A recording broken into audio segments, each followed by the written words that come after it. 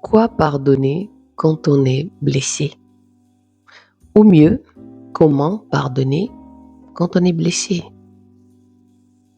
Comment on commence à aspirer à pardonner quand on est blessé soi-même? C'est la question que je nous pose, c'est la question que je te pose, parce qu'il y a encore une fois, sur cette vidéo et les vidéos que je fais actuellement, dont je parle du pardon. La semaine dernière, j'ai fait une vidéo sur le pardon et le mariage et les blessures. Aujourd'hui, j'ai encore envie de vous parler des bienfaits. Qu'est-ce que pardonner fait dans notre corps? Qu'est-ce que pardonner? Quels sont les bienfaits plutôt de quand nous pardonnons? Comment ça agit dans notre corps, dans notre sommeil? Comment ça agit dans nos réactions, nos relations avec les autres? C'est de ça que j'ai envie de vous parler un petit peu aujourd'hui, encore une fois.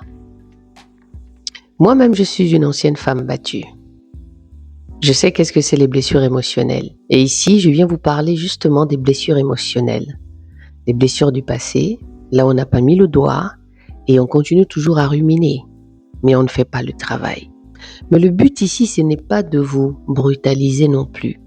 Encore une fois, je suis là pour que vous compreniez, pour que vous commencez à intégrer le pardon dans votre vie, dans votre entourage, avec vos enfants, avec vos parents. Je sais que ce n'est pas facile. Ici, le but, c'est que tu comprennes que tu peux l'intégrer. Ce n'est pas quelque chose que tu dois mettre dans la poubelle. Parce que j'appelle ça aussi la métaphore de la poubelle. Parce qu'il y a des problèmes que nous devons régler.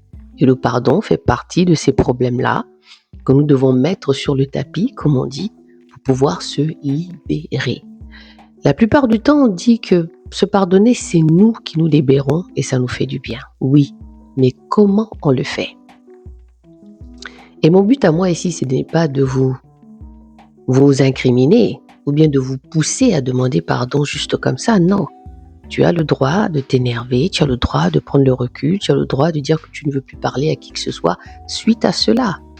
Mais moi, je viens seulement encore t'encourager et t'enseigner. Parce que c'est important de commencer à mettre le doigt dessus. Je suis une servante de Dieu. Je n'ai pas envie de vous parler du pardon avec des versets bibliques. Parce que je voudrais que vous et moi, nous comprenions d'abord le comment et le pourquoi. Et ce qui m'intéresse, c'est de comprendre d'abord ta blessure. Ce qui m'intéresse, c'est d'abord comprendre comment tu es en arrivé là, à ne pas pardonner, à ruminer et à vivre ce que tu vis aujourd'hui.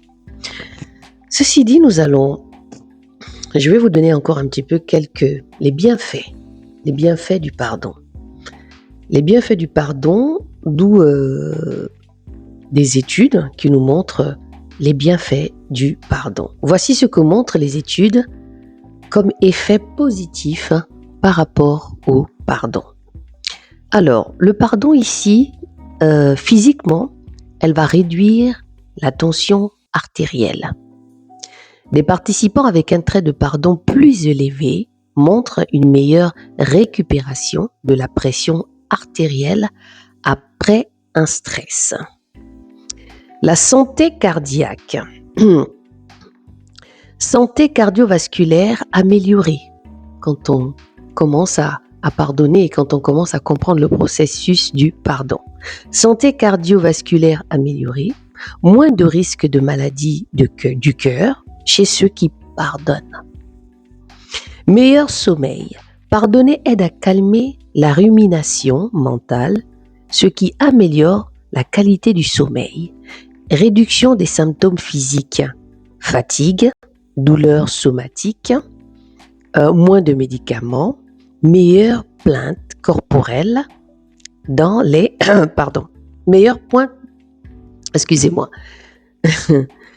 meilleure plainte corporelle.